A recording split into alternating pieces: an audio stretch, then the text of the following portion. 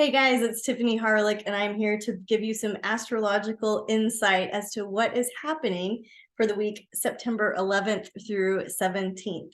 So we have some more good news, but what goes up must come down. So we're going to ride the waves of the astrology energy, the 11th through 17th. And here's how it starts. It starts with a new moon, and depending on your time zone, this will be September 14th or 15th. So later in the evening on the 14th for Central Standard Time people. The new moon falls in 21 degrees of Virgo. So here's an intention for you. You can say under the new moon, it feels good to be organized and to create healthy routines. So Virgo is the sign that rules our day-to-day routines, how we operate in the world.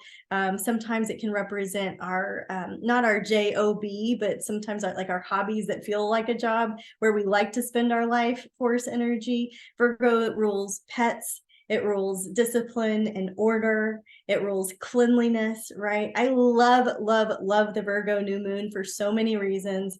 It's one of my favorite new moons of the entire year because it helps us just reorganize, get this like clean, refreshed energy.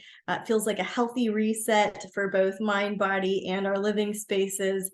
You can plant seeds, you can set intentions with a new moon. And the best time to do that is the time that new moon is exact and then 8 hours afterwards, right? So the time the new moon is exact for us in the Central Standard Time zone is going to be September 14th at 8:39 p.m. Central Time.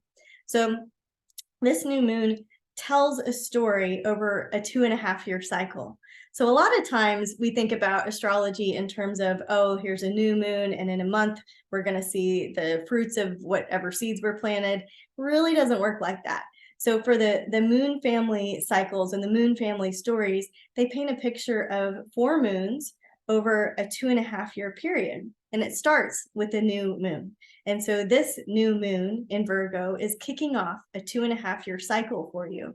And if you know your chart and you know where 21 degrees of Virgo is, you can get some extra information based on what house it's shining in. Okay.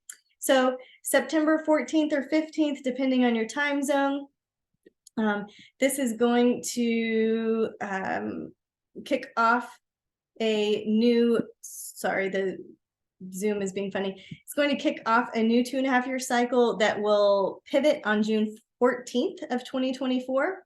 It will pivot again on March 14th of 2025, and it will come full circle on December 11th of 2025.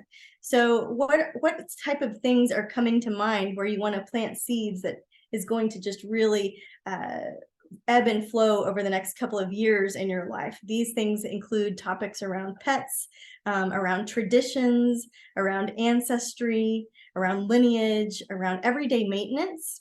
Again, your routines and anything that requires attention to detail. So that's a fun way to start out the week. So your new moon rituals and intentions you can do on the 14th or 15th. So this new moon has a Sabian symbol that is a royal coat of arms.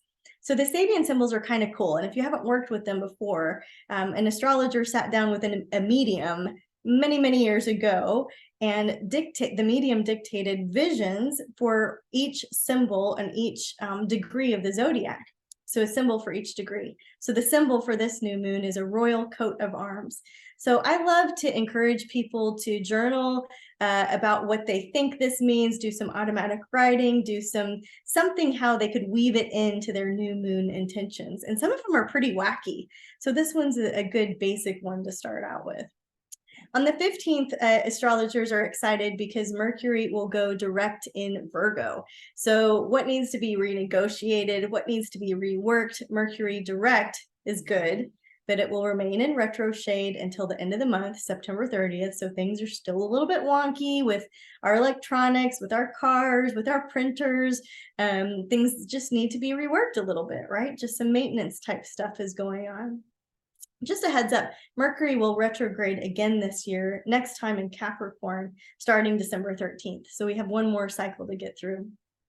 Also on the 15th, the sun, the luminary in the sky, the grand central sun will be in a trine to the planet Uranus. Uranus is like the Tower card. It's the change maker. It's the rebel without a cause. And so sparks can fly, and it can be a good thing. So see who calls out of the blue. Answer the phone, see who comes to mind.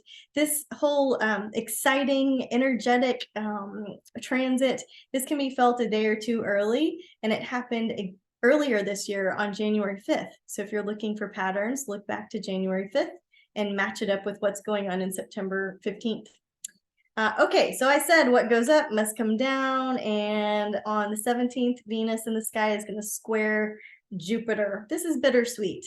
Venus rules our love, our money, our finances, our net worth, our self-worth, but we need to feel good, right?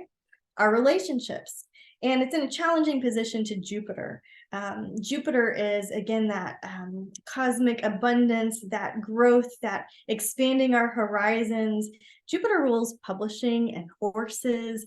It rules just expansion of all kinds, foreign languages, learning something, connecting with an overseas culture, something like this. Okay, so as Venus squares Jupiter, Venus also rules sweets, right? Things that you eat that are sweet. So if you have a sweet tooth, this could be a time when Jupiter causes you to go overboard and you get a headache from eating too many Snickers bars or Twizzlers or whatever your guilty pleasure is with the sweets. Venus square Jupiter helps us realize what we need to say goodbye to in order to stay healthy. This could be expectations around our love life. This could be an opportunity to detach with love and really look at what's next for you. You